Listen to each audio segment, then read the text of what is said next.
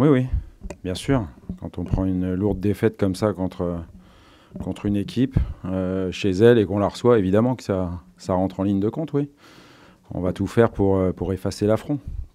Tu as piqué un peu les joueurs dans ce sens aussi cette semaine? Bon, j'espère que j'ai pas besoin de les piquer, qu'ils vont se piquer tout seuls. Il suffit d'avoir juste un peu de mémoire, quoi, c'est tout.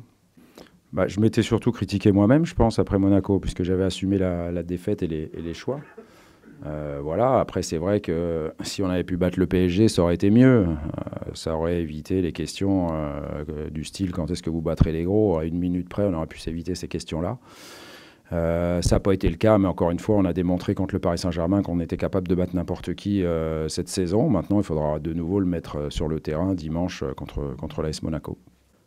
Bah, les défaites servent toujours, hein. Même si c'est pas Hiroki qui me l'a soufflé. Je crois qu'il y a un proverbe japonais qui dit on apprend peu dans la victoire et beaucoup dans la défaite. J'espère surtout on apprendra pratiquement plus rien jusqu'à la fin de la saison, quoi. Ça sera intéressant. Mais oui, bien sûr que tout va très vite. Mon cas n'est pas important. Vous savez ce que j'en pense, ou alors si vous m'avez déjà écouté par le passé, vous savez que la qualité d'un homme, d'un professionnel, d'une équipe, d'un groupe, c'est de passer du négatif au positif quand il y a du négatif. Voilà, donc quand on perd un match, il faut vite gagner le suivant. Et ce groupe-là, il a montré déjà la saison dernière, une partie du groupe, parce qu'il a vraiment déjà beaucoup changé. Et encore cette saison après des moments de défaite ou un moment difficile, il était capable de basculer sur beaucoup de positifs. Ça a été le cas la saison dernière en ayant perdu le Classico. Je pense qu'on a pratiquement plus perdu un match derrière. Et puis cette année, après Monaco et Rennes, on a été plus que performants. Voilà, sinon on ne serait pas à la lutte pour la deuxième place et la qualification de Champions League. Moi, je suis comme ça, ouais. Moi, je suis comme ça parce que je pense que de ressasser les choses négatives et d'être toujours négatif, je vois pas en quoi ça peut faire avancer un groupe, un homme, etc.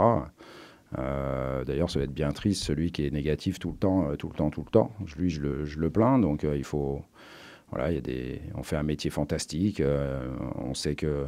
Il n'y a pas beaucoup de moments de joie et d'émotions collectives positives, mais cela, il faut en profiter et on travaille pour ça tous les jours dans la difficulté parce qu'aujourd'hui, c'est devenu difficile pour faire ce travail-là, mais ça fait partie du métier, comme on dit. Ben non, parce que, peut-être que vous avez raison, sur mes 15 mois marseillais, on n'a pour l'instant pas gagné contre les équipes plus grosses que nous, que ce soit le PSG, Monaco notamment, ces deux-là. Par contre, j'oublie pas que j'ai joué à Dijon, qu'on a fait des exploits en Coupe de France, j'oublie pas que j'étais au Mans et qu'on a battu les cadors de l'époque, qui n'étaient pas le Paris Saint-Germain. J'oublie pas que j'étais à Lille, que j'étais champion de France. J'ai dû quand même gagner quelques fois, à mon avis, contre les gros du championnat. Et à Rome, pour finir second deux fois en Italie et être cinquième à la trêve de la troisième saison, j'ai dû aussi gagner quelques petits matchs. Et pas que contre la Juventus, qui gagne tout depuis 7 ans. Mais je pense que l'Inter, le Milan ou Naples, voilà, ne sont pas des petites équipes. C'est tout. Mais c'est pas moi qui fais les stats. Enfin, si je les faisais, je les ferais autrement. On va dire ça comme ça.